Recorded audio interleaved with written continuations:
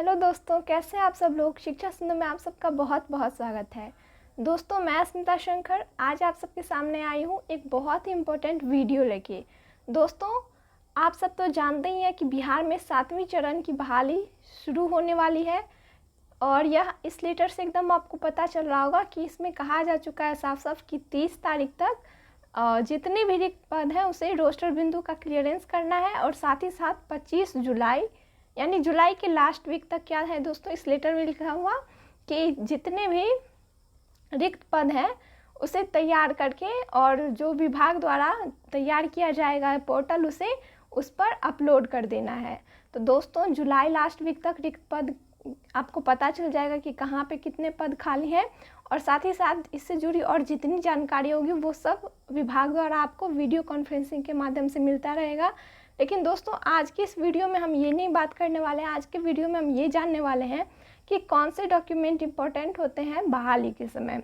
क्योंकि दोस्तों, छठे चरण के चुनाव के समय कुछ ऐसा हुआ था कि कई ऐसे आवेदक थे जो कुछ डॉक्यूमेंट नहीं होने के कारण पास में वो रिजेक्ट हो गए थे। तो दोस्तों, आप फिर से वो गलती ना करें, फिर से 7वीं चरण में वो गलती आप सबके द्वारा न दोहराई जाए। इसके लिए आज के वीडियो में आप डिटेल में जान लें कि कौन कौन से डॉक्यूमेंट ज़रूरी होते हैं, कौन कौन से डॉक्यूमेंट आपको हमेशा अपने साथ में तैयार रखने चाहिए 7वीं चरण की बहाली के समय।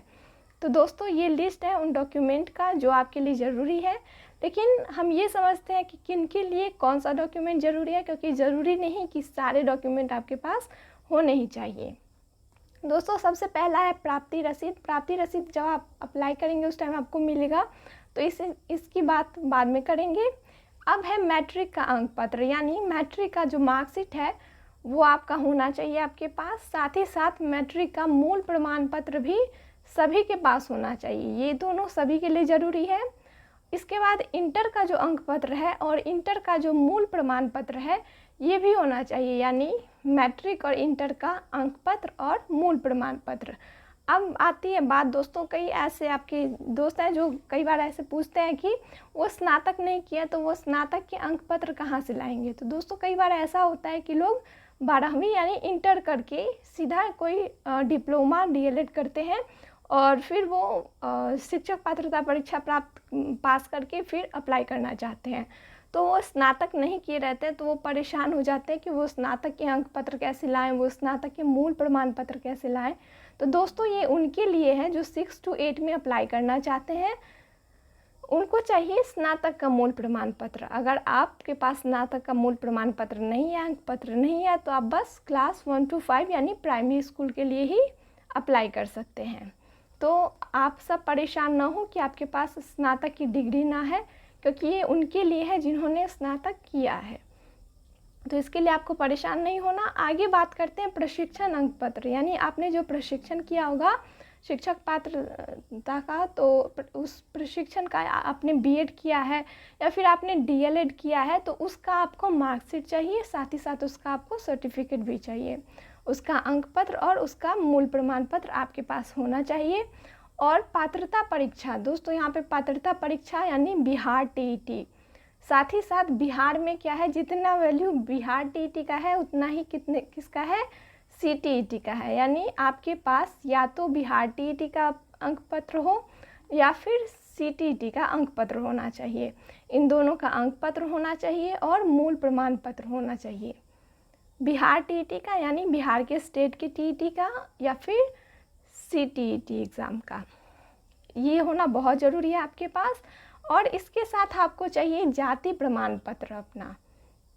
आवासीय प्रमाण पत्र भी सबके लिए ज़रूरी है, लेकिन ये दिव्यांग प्रमाण पत्र जो है दोस्तों वो उन कोटि के आवेदक के लिए है जो कि दिव्यांग कोटि में आते हैं, जो दिव्यांग है और साथ ही साथ अपने फॉर्म में दिखाना चाहते हैं कि वो दिव्यांग है, तो वो साथ में उनको दिव्यांग प्रमाण पत्र लगाना है।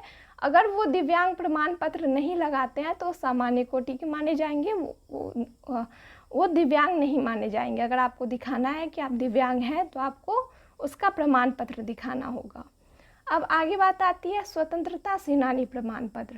दोस्तों, स्वतंत्रता सेनानी प्रमाण पत्र उनके लिए है जिनके दादा या नाना या पिता, ऐसे कह सकते हैं कि स्वतंत्रता सेनानी के बेटा बेटी पोता पोती या नाती नातनी जो होते हैं उन सब के लिए ज़रूरी है। अगर वो चाहें तो वो स्वतंत्रता सेनानी का प्रमाण पत्र दिखा सकते हैं, क्योंकि कुछ इनके लिए होता है, तो वो अगर चाहें तो इतने तक ही पोता पोती या नाती नातनी तक ही दिखा सकते हैं। इससे आगे वाली पीढ़ी के लिए ये नहीं होगा, तो वो स्वतंत्रता सेनानी का प्रमाण पत्र दिखा सकते हैं। अब आगे आता है आधार कार्ड। आधार कार्ड सबके लिए ज़रूरी है, आप सबको अपना आधार कार्ड होना चाहिए। साथ ही साथ आपके पास 2 पासपोर्ट साइज़ फ़ोटो होने चाहिए। और लास्ट है अन्य प्रमाण पत्र। दोस्तों, अन्य प्रमाण पत्र वो प्रमाण पत्र आएगा इसमें जब आपके पास पोर्टल जारी होगा, जब निकलेगा, नियोजन का टाइम आएगा, काउंसलिंग का टाइम आएगा, तो उस टाइम अगर सरकार को कोई और आपका प्रमाण पत्र चाहिए होगा, कोई और आपका डॉक्यूमेंट देखना होगा, तो वो इसमें ऐड कर सकते हैं। इसके लिए लिखा रहता है अन्य प्रमाण पत्र। तो आप ये भी ना परेशान हो कि अन्य प्रमाण पत्र में क्या रखना है, कि जब काउंसलिंग का सारा कुछ आएगा उस टाइम आपको अगर कुछ और एक्स्ट्रा जोड़ा जाए तो आपको बता दिया जाएगा कि अन्य प्रमाण पत्र में और कौन कौन से प्रमाण पत्र चाहिए।